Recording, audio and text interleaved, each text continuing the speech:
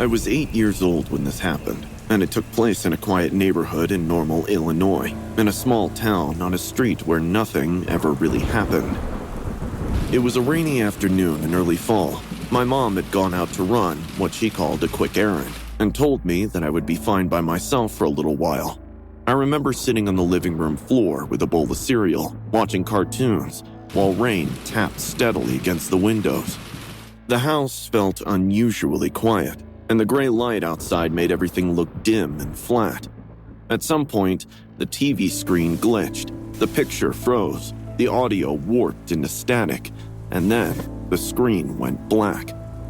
I sat there staring at it, waiting for it to come back on. That was when something red drifted past the living room window. First, I thought it was just a reflection from a passing car or something outside, but then it floated past again, slower this time. It was a red balloon. It moved from left to right, just outside the glass, bobbing slightly in the rain. That was when I noticed that the living room window was not fully closed. It was open just enough for the rain to blow in. I remember feeling confused because I knew I had not opened it, and I was sure my mom had closed all the windows before she left.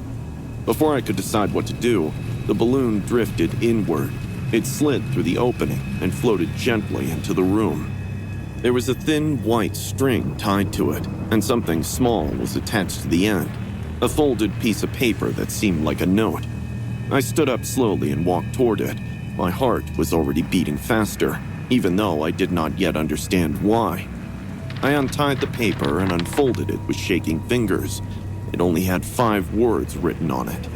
"I am coming for you." I stared at the note for a long time, trying to make sense of it. I thought that the balloon had drifted in from a nearby birthday party. Suddenly, I heard a tapping. It came from the front door. The sound was soft at the beginning, but then soon changed into the screeching of wood, like someone was clawing on our front door with their fingernails. I stood there, all alone in the house. When I couldn't bear the suspense anymore, I screamed, "Who's there?" The clawing stopped. There were footsteps walking away from the door. I kept staring at the door, thinking whoever's on the other side will be banging at it soon, but no such thing happened. I sighed in relief, thinking it was probably a cat or a raccoon, and I spooked myself for no reason when a soft voice called out to me from the half-open window. "Hey, kid." I turned slowly and saw a man dressed like Pennywise peeking in through the open window. His face looked broken, like it was made of dry, cracked stone, and the paint was peeling into his skin. Dark red lines dripped from his eyes like blood, and his nose was wet and shiny. His eyes were yellow and angry, and they stared straight at me like they knew my name. He smiled slowly, almost unnaturally, as if his mouth wasn't meant to move that way, and I felt that if I blinked, he would be inside my room. "I have a surprise for you," he spoke, mimicking the clown-like voice. I didn't wait, I just ran. I dove behind the couch and curled into a ball, pressing my hands over my mouth to keep myself from crying out. I heard the window slide open the rest of the way. The squishy sound of wet shoes touching the floor echoed into the house. He was moving through the house while humming Itsy Bitsy Spider. The itsy bitsy spider climbed up the water spout. Down came the rain and washed the spider out. At this point, I was praying for my mom to come home. The man tried the hallway door. It was locked. He tried the bathroom door. It was locked too. Then, I heard him walk toward the back of the house. I heard the back door handle rattle. I heard him whisper something I could not make out. A shadow passed under the living room doorway. My heart was pounding so hard that I thought he would hear it. I stayed perfectly still. Then, the front doorknob turned. At the same moment, bright headlights flashed through the living room windows. A car pulled into the driveway, and I heard my mom's voice outside. She yelled. The footsteps stopped. I heard a sudden rush of movement. The man bolted out, slamming the back door with such force that the glass cracked and eventually shattered, scattering shards all over the floor. Then, everything was quiet again. My mom burst inside seconds later. She found me crying in the corner behind the couch. I could barely speak. She called the police immediately and told them that she had seen a clown running away from the back of the house. The police searched the area. They found nothing that night. A few days later, they came back. They told my mom that our quiet next-door neighbor had been taken in for questioning. They found handmade clown costumes in his garage, with various makeups and clown masks. The cops also found pictures from inside other people's houses. It seemed like the man was obsessed with clowns and enjoyed scaring unattended kids for fun. He confessed to it, saying it was a prank, but breaking into someone's house while their kid is home alone is definitely not funny. It's been 15 years since that night, but I still remember the sound of his footsteps. I still remember the way he hummed that night. I was 24 years old, living in Boulder, Colorado. My house was on a quiet residential street about 15 minutes from Pearl Street, where my friend Betsy lived. It was a Saturday night, and I was walking home from her birthday party, drunk and tired. The night was cool and clear, and the streets were almost completely empty. Most of the houses were dark, and the few porch lights that were on cast yellow beams on the sidewalks. I remember feeling relaxed and safe, which is something that feels embarrassing to admit now. I had my phone in my hand, scrolling through messages as I walked, when I noticed a porch light flickering on the left side of the street at some distance. It was flickering fast and unevenly, like it was about to die. The light would blink off for a second, and then snap back on again. Each time it did, I thought I saw a shape standing beneath it. At first, I told myself that it was just my eyes adjusting to the darkness and the alcohol, but the shape stayed. As I got closer, the light stopped flickering and stayed on. I realized I wasn't wrong. There was indeed a man standing under it. He was standing perfectly still, staring up at the porch light bulb as if he were studying it or waiting for it to change again. His face was painted in a sad, drooping mask, white skin, a red nose, and a blue mouth that curved downward like he was frozen mid-cry. He wore a crooked little hat and dirty green shirt under a torn coat that looked older than me. The whole scene felt off in a way I could not explain, but I did not want to admit that to myself. I did not want to be the person who panicked over nothing. I told myself he was probably a street performer walking home after a gig. I kept walking. As soon as I passed the house, I heard footsteps behind me. They were slow and careful, like someone trying not to be heard. The sound was soft, but in the quiet street, it was impossible to ignore.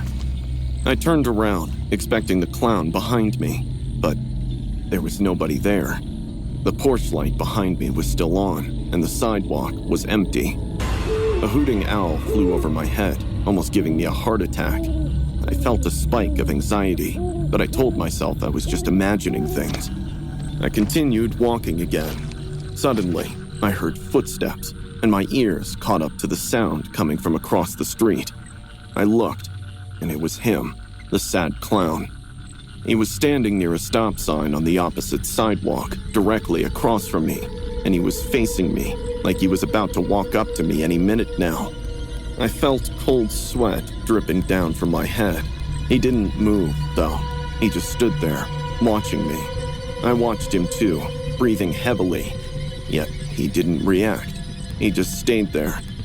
I swallowed and started walking again. He started walking too. I stopped. He stopped as well.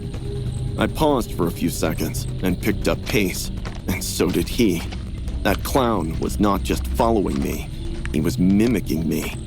He never crossed the street. He just mirrored my movement perfectly, like my reflection. I laughed nervously under my breath and told myself it was coincidence, but my hands were starting to shake.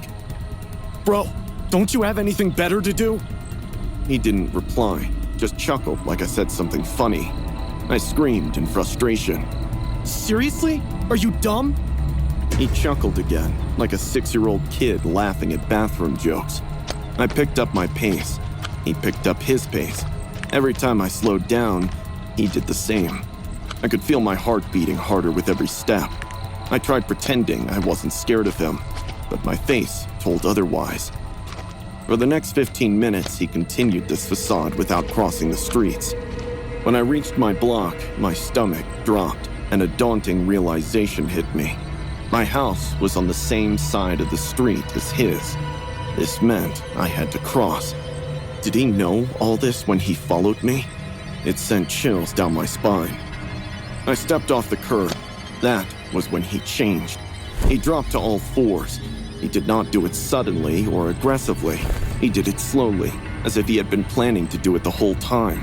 His body bent backwards, not forward.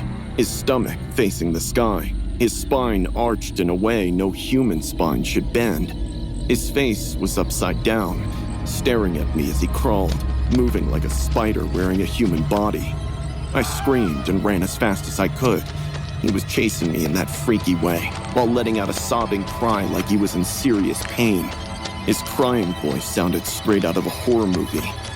Even though he was bent backwards, he moved too fast. I knew if I fell down or slowed down a bit, he'd catch up to me. So I ran, and I ran until I reached my porch and fumbled with the lock. I dropped my keys. I picked them up again. I looked back to see how far he was when I saw him stand up. I hurried with the door, thinking now he will be coming and sprinting at me. Right when I unlocked the door, I heard his voice screaming into the night. You should not walk home alone! I slid down against the door and called the police with shaking hands. The cops searched the area, but found no one that matched the clown's description. Later, my neighbors told me I was not the first.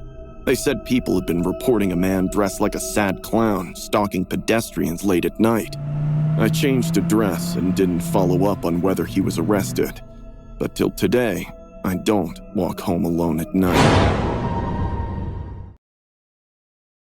I've never told this story without feeling uncomfortable, because even now, years later, it still makes my skin crawl in a way I cannot fully explain.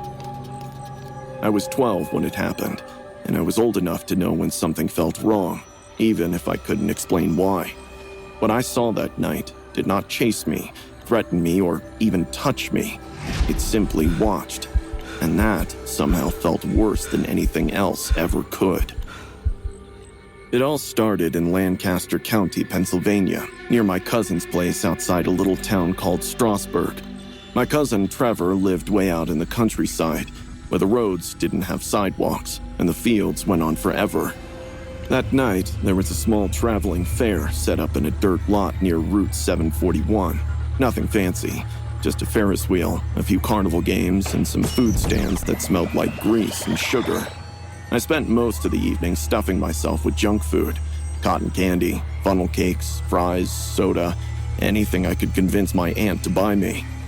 Trevor kept running off to play ring toss and shoot basketballs at crooked hoops, but I stayed near the food stalls, feeling full and happy at the same time.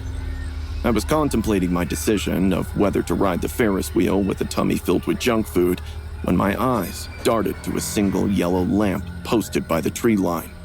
There was a woman dressed like a clown standing under it. She had a pale white face with sharp black star-shaped eye makeup, hollow staring eyes, and a small red nose. Her mouth was painted into an exaggerated red grin. Her hair was tied into high pigtails, and she wore a black and white striped outfit with a bow. She wasn't entertaining anyone. She was just standing there, slowly moving her hands like she was trapped behind invisible glass, pushing and pulling at nothing. People walked right past her without reacting, like she wasn't even there. I watched her for a while because it felt strange. Then she stopped. She slowly turned her head and looked straight at me. Her eyes were dark and flat, and they didn't blink. She lifted her hand and gave me a slow wave. It felt awkward not to respond, so I raised my hand and waved back. She waved again. I waved again too. Then she waved a third time, slower, her fingers curling inward like she was beckoning me over. That's when the feeling in my stomach changed. She just kept waving. I dropped my hand and turned away. I found Trevor and tugged on his sleeve. There's this creepy clown lady over there, I said quietly. She keeps waving at me. Trevor frowned and looked where I pointed. Where? I looked too, but there was nobody there. Only the lamppost illuminated an empty patch of dirt near the trees. We brushed it off. I figured she'd walked away. About 20 minutes later, my stomach finally gave up on me. I felt like I was going to throw up, and I didn't want to do that at the fair. So I told Trevor I was walking back to his house. It was about a 10-minute walk down a quiet country road. The fair noises faded behind me as I carried on. Crickets chirped in the grass. A light breeze moved through the cornfields. The area felt so isolated that I didn't even see any cars driving by. I was walking at a casual pace, thinking about my choices of fair food, when I heard a whistle. It came from my left, and I saw her again. She was standing under a streetlight along the road. My heart jumped. How did she know I'd be here? I slowed down, and she kept staring at me, then raised her hand and waved like before. I didn't want to panic, but every nerve in my body was telling me something was wrong with this woman. I didn't wave this time. I just sped up and walked past her. I could feel her eyes on me while leaving her behind. Seconds later, I glanced back, and she was gone. I kept walking, a bit faster this time. A few minutes later, I again looked back to see if she was following me, but there was no sign of her. Then, I heard the second whistle, this time from my right. That crawling feeling returned. I looked up. She was there again, standing on the side of the road, waving with a death stare. I started to run. I looked back, and she wasn't there anymore. But every few seconds later, she kept appearing on the side of the road. Every time I saw her, she was under the next streetlight, a little closer than before, always waving, never making a sound. It felt like she wasn't walking at all, like she was skipping forward through space, and I have no idea how she did that. It was like a never-ending nightmare. I see her, she waves and then disappears, only to reappear with a creepy whistling sound, and then wave back at me. I realized what a grave mistake I made by interacting with her. By the time I saw Trevor's house at the end of the road, I was sprinting. I burst inside and slammed the door, locking it with shaking hands. My aunt and uncle jumped up from the couch. There's a clown woman outside, I gasped. She followed me home from the fair. She keeps appearing like a ghost. They exchanged looks, and my uncle grabbed a flashlight and stepped outside, but he saw no one. The next day they asked around at the fair. Nobody had seen any clown like I described. The organizers said they hadn't hired any performers at all. No one believed me, except me. I remember tugging under bedsheets for the next 2 days after the incident. I didn't leave the room, and I got severe diarrhea as well. But even more than the stomach ache, I was scared the clown would show up inside my room at night. She could show up whenever she wants. Since that day, I stay well away from clowns.